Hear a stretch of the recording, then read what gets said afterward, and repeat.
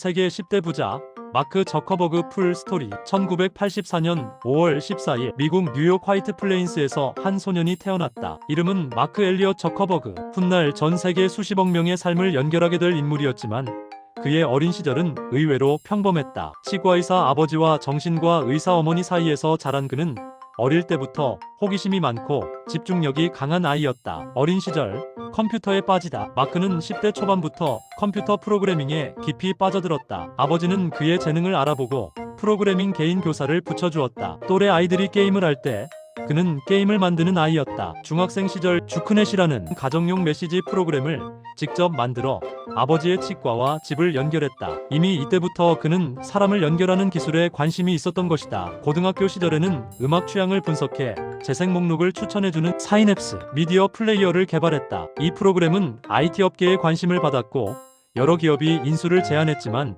그는 거절했다. 대학에 가서 더 큰 꿈을 이루고 싶었기 때문이다. 하버드에서 시작된 혁명. 2002년 그는 하버드 대학교에 입학한다. 전공은 심리학과 컴퓨터과학, 사람의 심리를 이해하고 기술로 구현하는 것이 그의 관심사였다. 2004년 2월 기숙사방에서 작은 프로젝트 하나가 시작된다. 이름은 더 페이스북. 학생들이 서로의 프로필과 사진을 공유하고 연결되는 온라인 플랫폼이었다. 당시에는 단순히 하버드 학생들만을 위한 서비스였지만 반응은 폭발적이었다. 입소문은 빠르게 번졌고 아이비리그 대학으로, 미국 전역으로, 그리고 세계로 확장되었다. 이 서비스가 바로 오늘날의 메타 플랫폼스의 시작이었다. 창업, 그리고 거대한 도전. 마크는 대학 2학년 때 과감히 중퇴를 결정한다. 실리콘밸리로 이동해 본격적인 사업에 뛰어들었다. 투자 유치, 인재 영입, 서버 확장 등 수많은 문제들이 그를 기다리고 있었다. 특히 공동 창업자와의 갈등, 지분 소송, 경쟁 플랫폼의 등장 등 위기도 많았다. 하지만 그는 빠르게 움직이고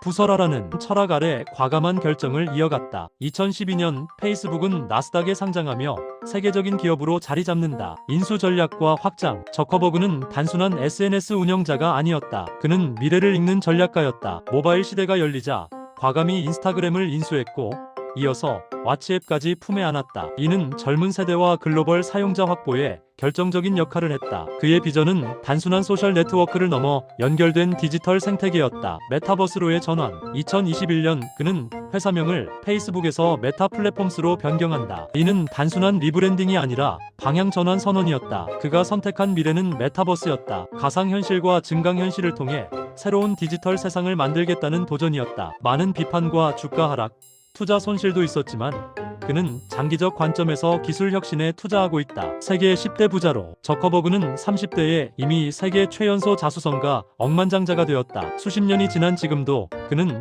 세계 10대 부자 순위에 꾸준히 이름을 올리고 있다. 하지만 그의 성공은 단순한 돈의 이야기가 아니다. 그의 진짜 자산은 연결 커넥션이다. 전 세계 수십억 명이 매일 소통하고 정보를 나누고 관계를 맺는 플랫폼을 만든 사람. 그가 만든 기술은 인간의 소통 방식을 바꿔놓았다. 성공의 핵심 요소. 어린 시절부터 이어진 집요한 몰입, 기술과 인간 심리에 대한 통찰, 빠른 실행력과 과감한 결단, 위기 속에서도 방향을 바꾸는 유연성, 장기 비전에 대한 확신. 마크 저커버그의 이야기는 단순한 창업 성공담이 아니다. 그것은 한 소년이 사람을 연결하고 싶다는 작은 호기심에서 출발해 세상의 소통 방식을 바꾼 거대한 혁신으로 이어진 여정이다. 그리고 그의 도전은 아직 끝나지 않았다. 세계 10대 부자 마크 저커버그 풀 스토리. 1984년 5월 14일 미국 뉴욕 화이트 플레인스에서 한 소년이 태어났다. 이름은 마크 엘리엇 저커버그. 훗날 전 세계 수십억 명의 삶을 연결하게 될 인물이었지만 그의 어린 시절은 의외로 평범했다. 치과의사 아버지와 정신과 의사 어머니 사이에서 자란 그는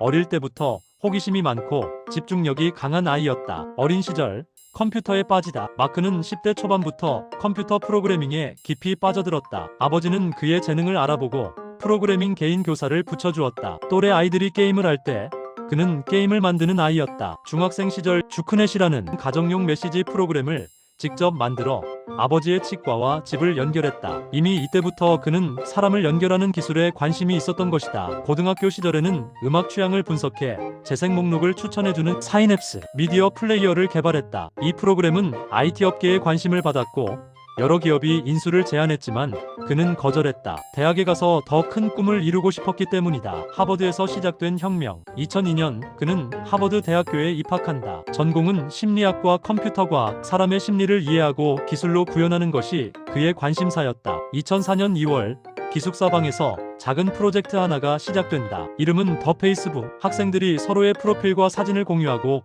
연결되는 온라인 플랫폼이었다. 당시에는 단순히 하버드 학생들만을 위한 서비스였지만 반응은 폭발적이었다. 입소문은 빠르게 번졌고 아이비리그 대학으로, 미국 전역으로, 그리고 세계로 확장되었다. 이 서비스가 바로 오늘날의 메타 플랫폼스의 시작이었다. 창업, 그리고 거대한 도전. 마크는 대학 2학년 때 과감히 중퇴를 결정한다. 실리콘밸리로 이동해 본격적인 사업에 뛰어들었다. 투자 유치, 인재 영입, 서버 확장 등 수많은 문제들이 그를 기다리고 있었다. 특히 공동 창업자와의 갈등, 지분 소송, 경쟁 플랫폼의 등장 등 위기도 많았다. 하지만 그는 빠르게 움직이고 부설화라는 철학 아래 과감한 결정을 이어갔다. 2012년 페이스북은 나스닥에 상장하며 세계적인 기업으로 자리 잡는다. 인수 전략과 확장. 저커버그는 단순한 SNS 운영자가 아니었다. 그는 미래를 읽는 전략가였다. 모바일 시대가 열리자 과감히 인스타그램을 인수했고 이어서 왓츠앱까지 품에 안았다. 이는 젊은 세대와 글로벌 사용자 확보에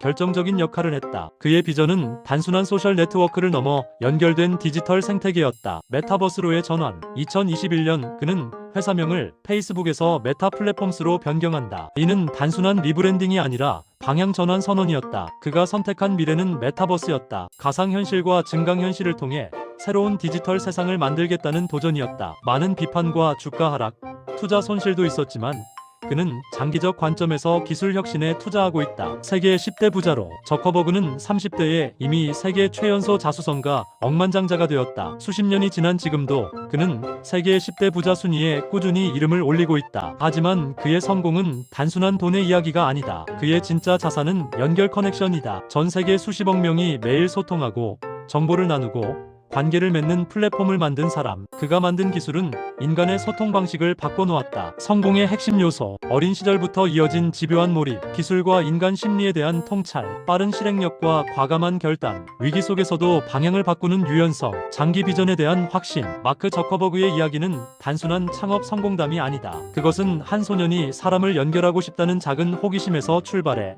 세상의 소통 방식을 바꾼 거대한 혁신으로 이어진 여정이다. 그리고 그의 도전은 아직 끝나지 않았다. 구독, 좋아요는 다음 영상 만드는 데에 큰 힘이 됩니다.